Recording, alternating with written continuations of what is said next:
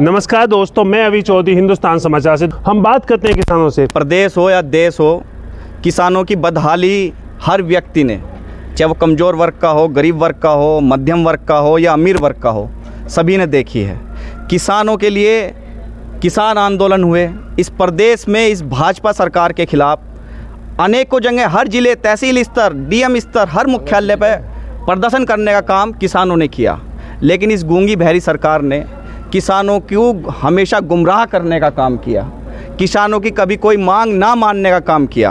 आप बताइए, सिलेंडर 1100 रुपये का हो जाता है, लेकिन किसानों का गन्ना मूल्य ये सरकार 5 साल में मात्र 10 रुपये बढ़ाने का काम करती है। किसानों की बदहाली की बात करें, जब तक एमएसपी लागू नहीं होगा, किसान इस प्रदेश का तो क्या, इस देश का खुशहाल नहीं हो सकता।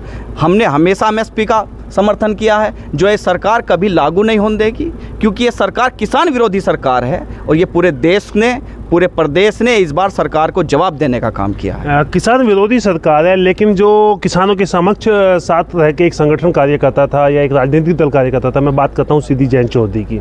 जयंत चौधरी एमएसपी पे किसानों के साथ खड़े थे, अब वो मंत्री भी बन जाते हैं, तो क्या लगता है जयंत चौधरी इस बात को उठा पाएंगे?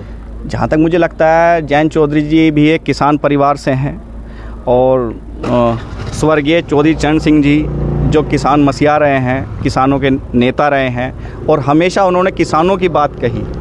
किसानों के लिए उन्होंने जो कुछ किया शायद देश में कोई नेता नहीं कर पाया। मुझे लगता है जयंत चौधरी जी भी अपने स्वर्गीय बाबा जी के पग चिन्हों पे चलकर किसानों के लिए सोचेंगे और उनके लिए काम करेंगे। लेकिन नरेंद्र मोदी जी के साथ है वो, तो अब साथ हो, विचारधारा अलग हो सकती है, एक राजनीतिक रिश्ता अलग हो सकते हैं। विचारधारा के हिसाब से जयंत चौधरी जी को किसानों की बात करनी चाहिए। मुनिंदर पहलवान जी आंदोलन के लिए भी तैयार हैं, भैया भी बता रहे हैं हर प्रकार का आंदोलन होगा। आपको लगता है सरकार आंदोलन से झुकी? अगर किसान आंदोलन नहीं करेगा तो उसकी बात कैसे सुनी जाएगी? किसानों के लिए आंदोलन बचा है, हालांकि इन्होंने आंदोलन के लिए भी ये जो नए कानून बनाए हैं, उन्होंने ऐसे कानून बना दिए जिस पर देशद्रोह तक लगाया जा सकता है। लेकिन हम अपनी बात को और किसानों की समस्याओं को पूरी जोर तरीके से उठाते रहेंगे। माननीय राष्ट्रीय अध्यक्ष जी मुनिंदर पहलवान जी का जो भी निर्देश होगा उसका पालन किया जाएगा और इन जो ये काले कानून सरकार ने बनाए हैं, हम इनका भी पुरजोर तरीके से विरोध करेंगे। इसी पर आज चर्चा भी हुई है माननीय राष्ट्रीय अध्यक्ष जी से और हम आगे की रणनीति तय करके इस पर पूरा मजबूत तरीके से इस पर विरोध करेंगे। नरेंद्र मोदी जी के खिलाफ आपने तमाम योजनाएं बताई। खिलाफ मैं इसलिए बोल रहा हूँ क्योंकि 10 साल से वही सरकार में है। आपको क्या लगता है नरेंद्र मोदी जी जो सरकार किसानों की आय दुगनी की बात करती है, वो हो नहीं पाई है? अगर किसानों की आय दुगनी हो जाती तो आज किसान इतना रुष्ट है कि उन्होंने उत्तर प्रदेश से भाजपा को उखाड़ने का काम किया। किसानों की आय दुगनी होती तो शायद 400 पार का नारा इनका सफल हो जाता। किसानों की आय दुगनी नहीं, किसानों की आय इन्होंने घटाने का काम किया है।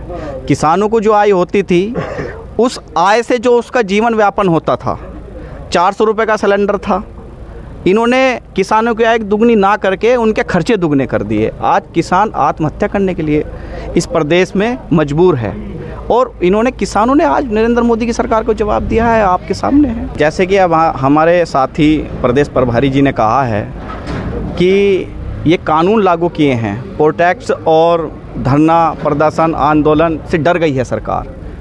ये बताइए कौन सरकार डरती है? वो डरती है ना जो किसान हितैषी नहीं होती। जो किसानों को काम करेगी तो क्यों बॉर्डर बंद करेगी?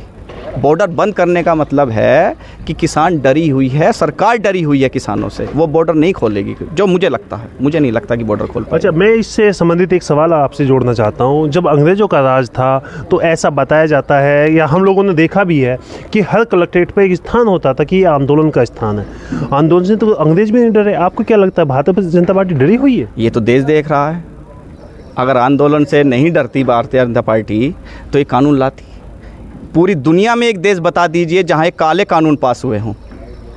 अगर भारतीय जनता पार्टी इन कानून को लाई है तो कहीं ना कहीं वो डरी हुई है और उसका जवाब उसे 2024 के चुनाव में मिल चुका है। यूरिया के कट्टे पे जिस प्रकार से कटौती होती है, किसान कैसे देखता है? किसान ठगा हुआ सा महसूस करता है कि उसके साथ छल हो रहा। पैसे तो उतने के उतने ही हैं और उसका जो वेट है वो भी कम कर दिया गया। अच्छा। और जो घेरने में भी दिक्कत है उसे, क्योंकि जब बीघे के हिसाब से घेरता है उसे, तो उसे तो एक कट्टे की जगह 2 लेने पड़ रहे, तो उनकी तो कमाई हो रही ना सरकार की इसमें। और किसान को जो दुगना पैसा देना पड़ रहा, ये सोच रहे कि तुमने किसानों के लिए बहुत अच्छा करा कि पैसा कभी है और जी रेट घटा दिया उसका वेट। किसानों की आय दुगनी करने की बात भारतीय जनता पार्टी की करते थे, लेकिन कहीं ना कहीं कट्टे से 10 किलो गायब हो गया है। देखिए, कट्टे की बात ना करें, मैं तो कहूँगा कि अगर किसान की आय दोगुनी कर चुके हैं या करने की कोई मंशा है तो आके किसानी खेती की तरफ आके झांक के देखें ना। वे समुद्रों के किनारे या इधर उधर जो है विदेशों में भ्रमण करके फ़ोटो खिंचवाते फिरते हैं, उनको क्या पता लगेगा कि किसान की खेती कैसे होती है। किसान का आज धान बो रहा है, कैसे बो रहा है, वो पानी कहाँ से लगा रहा है, उसमें ईंधन कैसे लग रहा है। आज जो है इन्होंने पेट्रोल डीजल के दाम जो पहले सबसे बढ़ाने का और कमर तोड़ने का काम किया, जिससे पूरी महंगाई बढ़ी, जिसमें पहले से ही किसान जो परेशान था। और इनको असल में क्या है कि अब आदमी पहली सरकारों से किसी चीज़ से व्यवस्था से परेशान था तो इनको सत्ता सौंपने का काम किया था, इन्होंने छल करने का काम किया है। इन्होंने केवल जो धनाढ़ व्यापारी हैं, जो मझले दर्जे का व्यापारी है वो भी परेशान है। जो धनाढ़ व्यापारी है उनके हाथों में खेल रही सरकार, उनके इशारों पे काम कर रहे हैं सरकार। क्योंकि आज अगर मध्यम वर्ग से नीचे देखो तो उनको खाने के लाले पड़े हुए हैं, चाहे किसी भी वर्ग का किसान। केवल किसान मजदूर का आप देखो ना, हालत ख़राब है, उसको पढ़ाने की, बच्चों को फीस देने की फुर्सत नहीं है। और दूसरे में इनके इतने, अगर इनको काम करने की इतनी जिज्ञासा होती तो काम करते शिक्षा पे। शिक्षा अगर फ्री मिले, स्वास्थ्य उनको जो है फ्री मिले तो किसी को क्या दिक्कत है। आप ये सोचिए कि शिक्षा के ऊपर 18% टैक्स जिस देश में लग रहा हो, वहाँ पे आवाज़ उठाने वाले तो वैसे ही ख़त्म हो जाएंगे।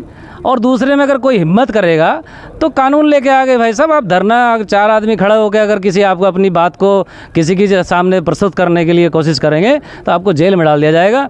90 दिन तक ऐसी रिमांड बढ़ा दी गई है, पुलिस वालों की तानाशाही चलेगी। जिसके पास पैसा होगा वो उसको मरवाए, उसको जेल में डलवाए, उसके हाथ में होगा। गरीब आदमी से तो इन्होंने सांसें भी छीनने वाले हैं। और क्या बताऊँ मैं आपको। आंदोलन के लिए हर बच्चा तैयार है। ये जो आंदोलन का सिस्टम जो चला है, वीर का जो सिस्टम चला है, ये बहुत ही ख़राब है। हर युवा जान देने के लिए तैयार है। ये सिस्टम सरकार ने इतना ख़राब कर दिया है। जो युवा अच्छा रेस की तैयारी करता था, मैं मेरठ ज़िले की बात करूंगा, मेरठ ज़िले में हर युवा रोड पे रहता था। आज आपको देखने को कोई युवा मिलता हो तो मुझे बता दीजिए। इस सरकार ने इतना बुरा हाल कर रखा है, कहीं युवा रोड पे नहीं है और नौकरी के लिए कोई। मेरा आपसे अंतिम सवाल है, 228 किलो सोना केदारनाथ से गायब हो गया, तो क्या मंदिरों के सोने की पे भी घोटाला होंगे?